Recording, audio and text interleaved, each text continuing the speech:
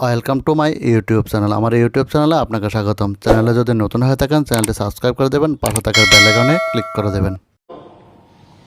আমি একটা ঘোষণা করতে চাই, আপনি যদি আমাদের সরকার ক্ষমতায় আসার পর মোট 3 কিস্তিতে আমরা কর্মচারী এবং পেনশনারদের জন্য ডিয়ারনেস অ্যালাউন্স বা ডিয়ারনেস রিলিফ, যেটা ডিআর বলা হয় প্রধান, 1/3/2021 আমরা 3% দিয়েছিলাম, 1/7/2022 5% দিয়েছিলাম, 1/12/2022 একটা ছালাং মেরে 12% করে দিলাম। এটা ছালানি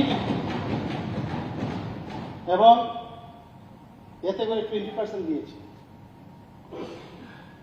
করোনা পরিস্থিতিও যখন এই রাজ্যে ছিল তখনও কিন্তু বহু রাজ্যে দেখা গেছে বেতন স্টপ করে দিয়েছে, আমাদের রাজ্যে কিন্তু বেতন স্টপ করে, তখনও আমরা আমাদের এই ত্রিপুরা সরকার 3% দিয়ে প্রদান করেছে। আমাদের এই সরকার cash in lieu of LTC, অনেকে এলটিসি যেতে হবে না, কিন্তু তাদের পয়সা দেওয়া হয়েছে। আমি আবারও রাজ্য সরকারের কর্মচারী ও পেনশনারদের স্বার্থে আজকে 5% দিয়ে ডিআর